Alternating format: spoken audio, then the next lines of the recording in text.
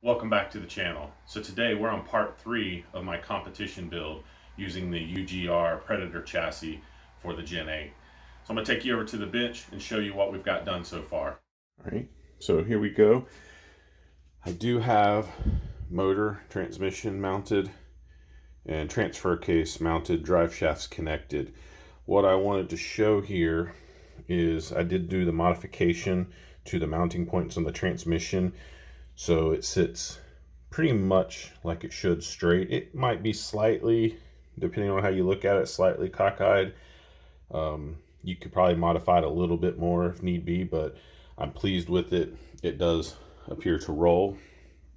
For the time being, I'm going to be running the stock battery tray for a Gen 8, and I've already mocked it up and had to do some modifications. Now UGR does have a battery tray that they make for this chassis. I have one coming, isn't here yet. Once it's here, I'm going to switch over to it. So for the time being, we're going to use a stock Gen 8 chassis. For the time being also, I have stock drive shaft. This one is not stock, obviously. This is a Trio drive shaft. It's all I had for the time being. The setup, the way it was, because I'm using this off of my old Class 1 truck, and the way it was set up with leaf springs, the rear drive shaft was modified, and so really no longer applied to this. So I'm using this, but I'm actually looking at either getting another stock drive shaft to replace it, or possibly just all new drive shafts altogether. I have had no issues with stock drive shafts and have no problem running stock drive shafts, and I am trying to keep this down on weight. So I really think I want to go to plastic versus the metal for the time being. I also would like to show, I have my bumper that my friend 3D printed for me, and you see there it has a hole for the front. That's going to be for the DSM integrated kit that I have ordered, is on the way. Have the rear, and as you can see, he did my UGRC in it, and I painted that. So these were like a clear plastic color. I painted them with model paint to look that way. And so next we are going to install factory battery tray. As you can see, I've already been mocking it up. I have my 1080 ESC receiver. So what I did here is I cut out right here, so when this sits in here just like it would stock, it's going to, your screw's going to go in there just like it would stock, and then you're going to have one here. If I didn't notch where I did there, it would sit up just a little bit there. This allows it to come down. You can see here in the back, pretty much sits right on the top of this top link. I also had to modify right here on the side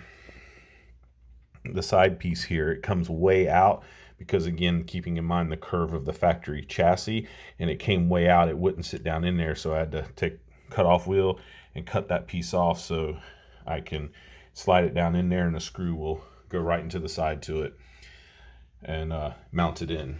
So we're going to pop in my couple screws here and hook up my wires to everything and show you where we're at with that. So here we go, guys. Battery tray, pretty much electronics and battery tray mounted, receiver there, all my wires hooked up. This is the kind of battery typically I use in most of my rigs, and definitely in competition. I know there's some smaller ones out there that some people do, and I may attempt to do that at some point, go a little smaller, but right now this is what I run. So everything fits on there, fits the way it needs to. You can see my power button mounted on the side of the battery tray right there. So the nice thing about the way everything's sitting now is I could pull, if I need to pull this apart, I can disconnect my leads to the motor, pull out the wire for the steering servo, unmount the tray, pull everything out, and everything is still together. I like that part. Another thing that I have done since the last video, I was talking about the shocks and trying to get it to sit lower. So with everything on here, as you can see, it does sit lower. The front just went down quite a bit. The back, that's the back completely all the way down. The front's pretty much there, but just a little bit. So definitely lower center of gravity. This is with no springs in these shocks. No springs, no oil. I'm going to do a test run with it like this, just to see what it's like. But now that I have some weight in here with the electronics, I will likely put the springs back in and see how that does. We'll just see. The way this rig sits as this with the body, because I have the body for it, I'll show you in a moment, it weighs in at 5 pounds, 6 ounces. I would love to get it right at 5 or even just under 5. Don't know if that's realistic or not. One of the things that I haven't weighed yet is my wheels and tires. I know these are aluminum rims. Obviously that would be some extra weight.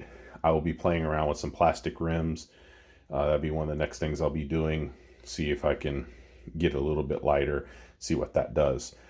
So let me grab the body for you and show you what it looks like with the body. It's not painted yet. It is cut out and basically mounted, but not painted. So let me get that for you. All right, guys, there we go. Body mounted. Fairly level. The back might be a tad higher, and I could probably get it down a little bit more in the back. As you can see, got shock towers coming through the front. Traditional clips for the front. Sorry, that's shock towers through the back. There you go on the front, sitting right on the bumper. I've even notched it a little bit to get it to sit down. I've done the same in the rear. It's notched just a little bit to come down for the bumper. So overall, I'm pretty happy with the way that looks. I do have my paint for it, so I'll be getting that painted over the next few days. I got probably a little bit more trimming to do, but I do miss the tires turn full lock without hitting.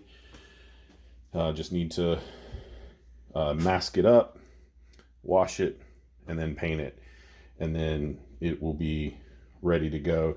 I have a couple little odds and ends, a couple screws to add here and there, go through and make sure everything's tight, figure out what I'm gonna do about the rear drive shaft piece, paint the body, play around with tires, play around with shock settings, springs, and or fluid, you know, whichever way I decide to go, and see how it does. I do plan to do a once the body's painted, so my next video should be body painted, pretty much the truck done, ready to go comp, so to speak. I want to do a side-by-side, more or less, drive with this against a stock Gen 8 stock chassis. I say stock Gen 8, but stock chassis. It's modified, obviously, but stock body, stock chassis, Gen 8 next to this. I'm debating if I want to use these wheels and tires, swap back and forth, do a run with one, then put these on there and do a run. That way that's generally the same, and just a lower center of gravity. I have briefly played with this in my room, and I can definitely tell a difference in the center of gravity piece being lower, but really need to get it out on some rocks and figure out what it's going to be. So what I'm going to do next is actually I get a battery charged, and we're going to take it out on the backyard course on some of the rocks. I'm going to do it without the body, since the body's not prepped or painted yet, and I don't want to do anything to mess up the body. So it's just going to be the chassis, and we'll take it on a quick run and just see how it does on the backyard course the way it sits right now without a body. So stick around for that, guys.